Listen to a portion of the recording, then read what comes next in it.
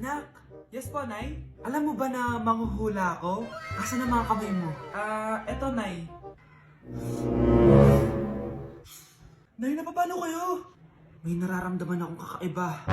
Mamamatay na ako? Siya nga hindi. Pagtanong ka. Sige, ano paborito kong pagkain? Hotdog na may cheese. Hala, ang galing, tama! Magtanong ka pa. Ano ang lalabas sa loto mamaya? Ito ang winning number. Yayaman na ako! Huling tanong. Sige. Kailan ako magkakajowa? Matagal ka pa magkakajowa. Di ba pwede pabilisin? Pwede. Gamitin mo to. Lip match. Marami ka makikilala dito. Naku, sinasabi ko sa'yo. Baka ngayon din magkakajowa ka. Meron din tong palm reading. Subukan mo na. Sige, salamat. Subukan ko lip match. Aba, bakit gising pa to? Tawagan ko nga. Bakit tumatawag to? Hello? Hello, crush. Bakit gising ka pa? Nagtitiktok ako. Anong tiktok? Matulog ka na ng maaga. Wala ka na ngang tulog. Wala ka pang jowa. Grabe ka naman. Eto na nga. Matutulog na nga ako.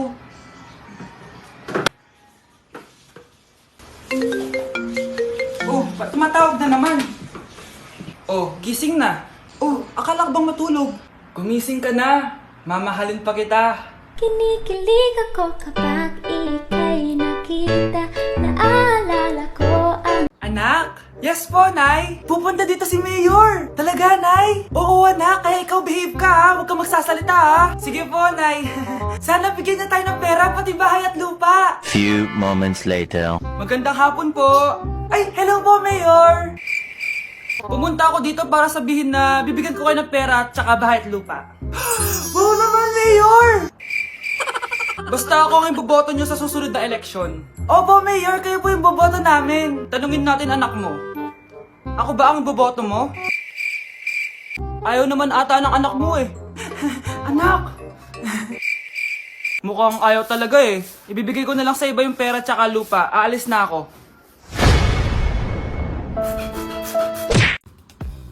Hey, sweetheart. Will you marry me? What's your name? Wow! Yung mga gusto ko eh. Mga suplade effect. Playing hard to get. Gusto mo manood tayo ng sine? I'll pay. No problem with that. Excuse me, may boyfriend na ako. Okay lang yun. Hindi naman ako seloso eh. Pero ang boyfriend ko, seloso. Huwag mo sabihin, kalbo na naman yung boyfriend mo. Ha? Sino kalbo? Yung pangit yung kalbo. Yan ang boyfriend ko. Larangan, lansangan, Ito lang. Ang boyfriend ko din to eh. Ba't nandito ka? Saan mo nasabay ka lang? Ha? Ano ba yan? Ano nga? Hindi na na. O nak, punta ako mall. Baka may gusto kayong pabili. Syempre may papabili ako sa inyo, ma. Bilhin niyo po ako ng chichirya. Eh naku, huwag yun. Maalat yun. Baka magkasakit ka sa bato. Chocolate na lang, ma. Naku naman, anak. Ang tamis-tamis nun. Gusto mo bang tumas ang sugar mo? Sige, ma, burger na lang. Yung burger na yan. Nabasa ko yan sa Google. Nakaka-cancer daw yun na. Kung ayaw burger, di milk tea na lang, milk tea. Ay naku, yung milk tea. Nakaka-acid yun. Baka mag-acid ka. Ano pa naman yan? O wala na bang iba? Naku, wag na, ma. Baka mamatay pa ako sa papabili ko sa'yo. Wala kang papabili. O sige, alis na ako ha. O yung mga sinabi ko sa'yo, magugas ka ng plato, ligpitin yung mga kalat sa taas, tapos mabuhay mga kapatid mo ha. O sige na, alis na ako ha. Bye-bye. Hala, iba na section ko? Saan yung section 1? Ba't napunta ako dito? Ito na ba yung section 1? Good afternoon, everyone, especially to all of the panelists, advisors, and especially to our co-researchers who attend this virtual conversation. So, good afternoon, everyone. Namamatay ng dahil sa iyo, ma'am. Ibig sabihin po nito ay kabayanihan ng mga Pilipino na isinakripisyo ang kanilang buhay para sa kalayaan ng ating bansang Pilipinas. Huwag lang tayo puro salita. Dapat ipinapakita din natin sa ating ginagawa. Ikaw, bago ka lang dito, di ba? What is the biggest mistake? Ma'am, the biggest beef stick. Anong beef stick, ha? Alis na ako dito. Na-like ng kifi ko. Anak, anong ibig sabihin ng kifi? Galing naman nito. Anak, anong ginagawa mo?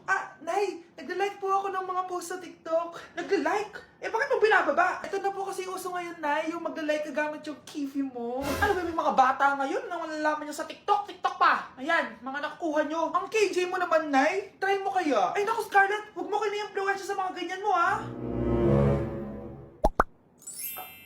Oo nga, ang sarap sa feeling. O, diba? Like.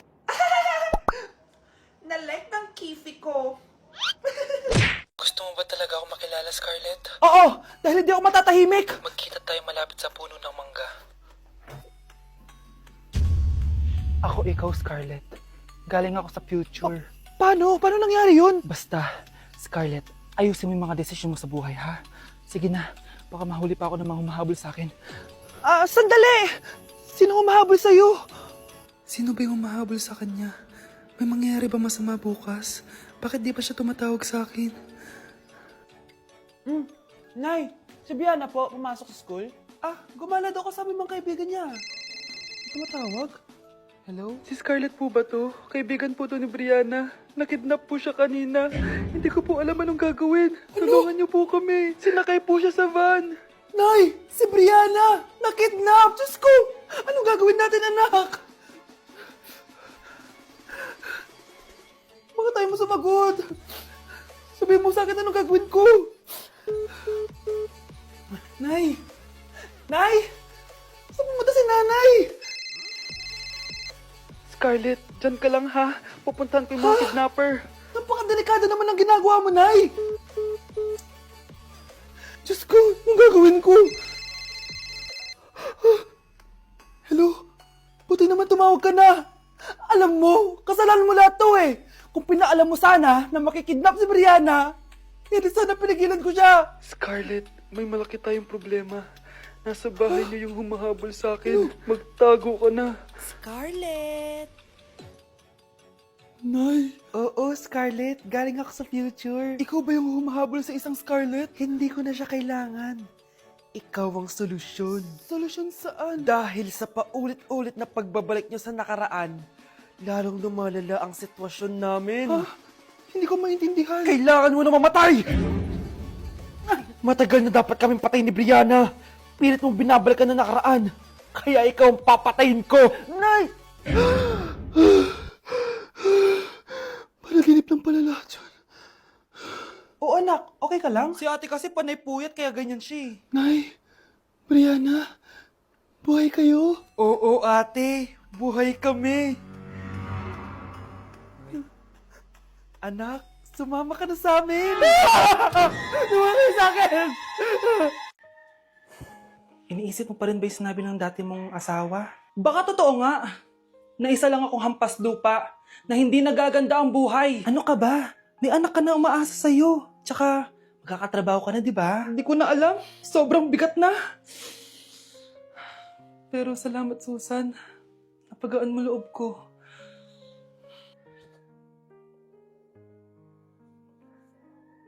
Hello, ma'am. Thank you for calling. How can I help you?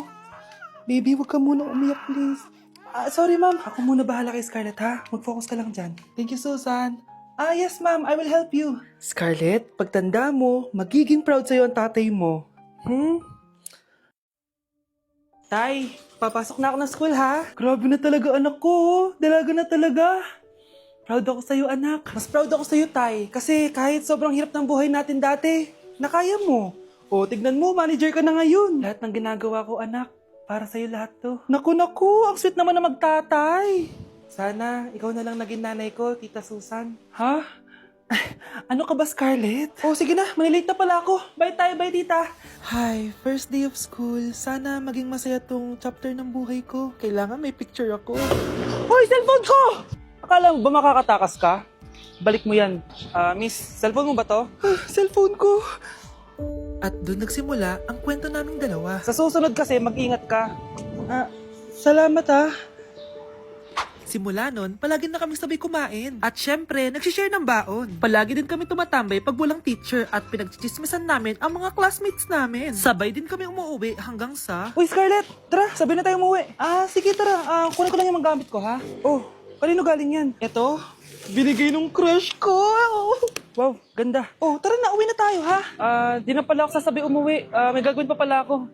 Sige na. Hoy, sabi mo sabay tayo umuwi. nangyari dun?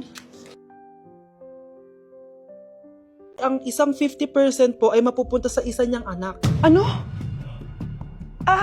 Baka yan yung isa naming anak na nawala? Oo, sa amin na lang yan. Ako ang isa pang anak ni Ramon. Oh, akala ko ba nawawala yung isang anak ni Ramon? Attorney naman, huwag ka maniwala dyan. May sakit kasi sa utak yan. Wala akong sakit, attorney. Maniwala ka, please. Kailangan ko pa ng sapat na ebidensya para maniwala ako sa'yo. Sige na, babalik na lang ako. Ito na ba yung bagong bahay ng anak ko? Ikaw, babae ka? Sinubukan mo pang agawin sa amin ang kayamanan ng tatay mo? Ang sama nyo, tita! Gusto nyo kunin lahat! Well, hindi naman maniniwala sa'yo si attorney dahil wala kang ebidensya. Tao po, attorney po ito. Nandiyan si attorney. Halika dito. Ayan, ikukulong muna kita dito sa bodega hanggat hindi ko pa nakukuha mga kayamanan. Yes, attorney. Hawak ko na ang 100% ng kayamanan ni Ramon. Nandito na ang titulo, papeles at cheque ng mga kayamanan niya. Ay! Salamat, attorney, ha? Scarlett, hindi ko na alam kung ano nangyayari sa nanay ko. Pero huwag ka mag-alala. Ako bahala sa'yo. Kailangan na matigil tong pinagagawa ni nanay. Tao po. Sino ka? Ako po yung nanay ni Scarlett, yung anak din ni Ramon. Totoo ba to? Pinagsasabi mong babae ka? Kami lang ang pamilya ni Ramon. Attorney, huwag ka magpaniwala dyan. Peke yan. Hindi to peke. Pwede mo ipacheck to sa attorney. Kaya ilabas mo na siya. Kinulong po ni nanay si Scarlett sa bodega. Ha? Anak?